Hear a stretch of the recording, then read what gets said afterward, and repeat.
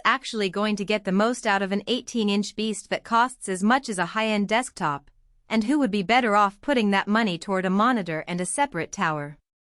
If you're sitting on the fence about whether the ASUS ROG Strix G18 is worth the price tag for everyday gaming and work, you're not alone.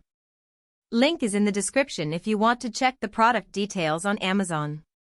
In this video I'm breaking down the real-world experience of living with this machine, the hidden trade-offs that don't show up in the marketing copy, and exactly which type of buyer should hit the buy button and which should keep scrolling. First off, let's talk about the core promise, a portable rig that can run the latest titles at high frame rates while also handling a full Windows 11 Pro workstation environment.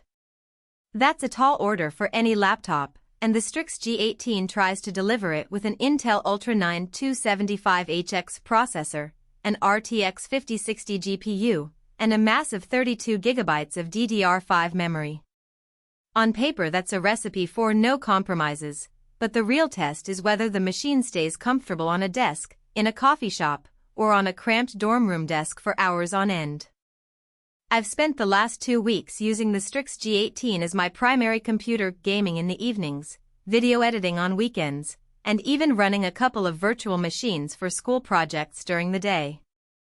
The first thing you notice is the sheer size of the screen. The 18-inch Nebula display pushes 2.5K resolution at 240 Hz with a 3 milliseconds response time, which feels like stepping onto a small TV. In a dark room, titles like Cyberpunk 2077 look incredibly crisp, and the high refresh rate actually makes a difference when you're chasing a 200 frames per second lead in Valorant. For anyone who already invests in a 144 Hz monitor and wonders if a laptop can match it, the Strix G18 does a solid job, especially because the screen's brightness can hit over 400 nits, so you're not stuck squinting under a sunny window. The downside of that massive display is portability.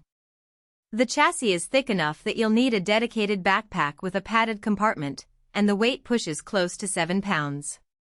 If you're the type who carries a laptop to work every day, you'll feel the strain after a few weeks. That said, if your primary use case is a single-room setup where you plug it in, the size becomes an advantage. I set it up next to my external keyboard and mouse, and the laptop essentially turned into a desktop replacement without the need for a separate tower. The built-in Wi-Fi 7 kept my streaming smooth even when I switched from wired Ethernet to a wireless router across the room. Now, let's get into the performance you actually feel. Running Elden Ring at 144 frames per second on ultra settings was consistent, with the RTX 5060 handling ray-traced shadows without dropping below 100 frames per second. The 2 TB SSD gave me ample room for large game installs and the occasional 4K video project, and the drive's read/write speeds meant level loads were near instant. For non-gaming tasks, compiling code, rendering a 10-minute 4K video in DaVinci Resolve, or spinning up a few Docker containers took seconds, not minutes. The 32 GB RAM meant I could have Chrome with dozens of tabs, Photoshop, and the game client all open without the system stuttering. One practical weakness shows up when you push the laptop hard for extended periods. The fans kick in aggressively at around 85°C, which is normal for a high-performance machine, but the acoustic profile becomes noticeable in a quiet room. If you're recording voiceovers or doing live streams, you'll either need a separate microphone with a pop filter placed away from the chassis or accept a low-level hum in the background. The fast charging feature does bring the battery back up to 50% in under an hour, but you'll still be tethered to power for any marathon gaming session lasting more than 2 hours. Software-wise, the inclusion of Windows 11 Pro and a lifetime Office license feels like a nice bonus for students and professionals who need the productivity suite already installed.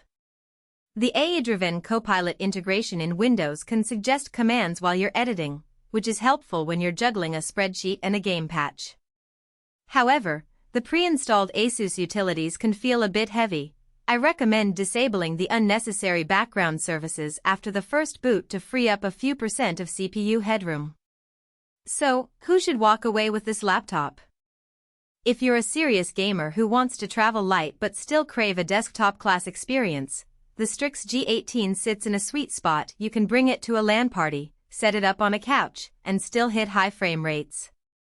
Content creators who need a large, color-accurate screen for video editing, and who also want the ability to test games in real time, will find the combination of screen size and GPU power hard to beat. The machine also makes sense for power users who run multiple VMs or need a massive SSD for large datasets, the 32 GB.